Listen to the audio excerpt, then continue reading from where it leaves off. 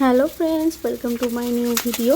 তো ফ্রেন্ডস, আজকে আমি শুক্তা রান্না করছি, তো তোমাদের সাথে ভাবলাম একটু শেয়ার করি। তো দেখতেই পাচ্ছ, প্রথমে আমি কড়াইয়ের মধ্যে একটু রাঁধুনি একটু আগুনে একটু গরম করে নিচ্ছি।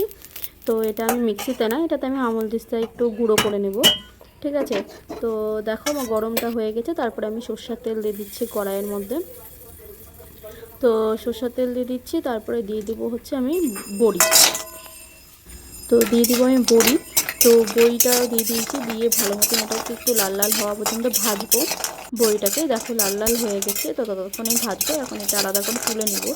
তো দেখো আমি এখানে কি কি সবজি এটার মধ্যে ইউজ করছি। তো আমি হচ্ছে এটার মধ্যে পেঁপে, আলু, যেহেতু শুক্তা তো তার জন্য করলা, কাঁচা কলা, বেগুন, গাজর আর সজনা ডাঁটা।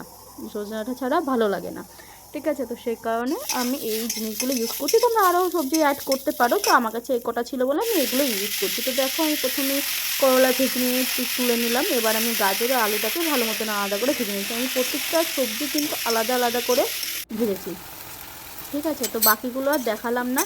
তো দেখো এবার আমার সব সবজি ভাজার পরে আমি হচ্ছে ওগুলো একসঙ্গে দিয়ে তারপরে হচ্ছে রাঁধুনি যে গুঁড়ো করছিলাম সেটা দিয়েছি, দিয়ে বড়িগুলো যে ভেজেছিলাম সেটাও একটু আমি হামানদিস্তায় ছোটো ছোটো করে নিয়েছি, একটু ভেঙে ভেঙে নিয়েছি যেন প্রতিটা বাইটে বাইটে পড়ে, তো সেই কারণে, ঠিক আছে। তো দিয়ে ভালো মতো নাড়াচাড়া করে নিয়েছি, দেখতেই পাচ্ছ।